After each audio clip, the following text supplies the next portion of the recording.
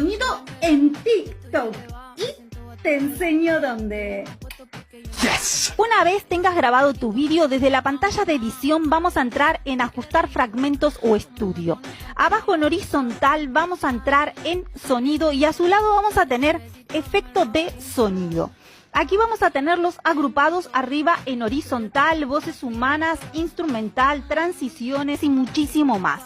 Para aplicar un sonido haces clic sobre él, clic en usar y ya tendrás el sonido en tu vídeo. Y me sigues para más tutoriales de ediciones en TikTok. Yes.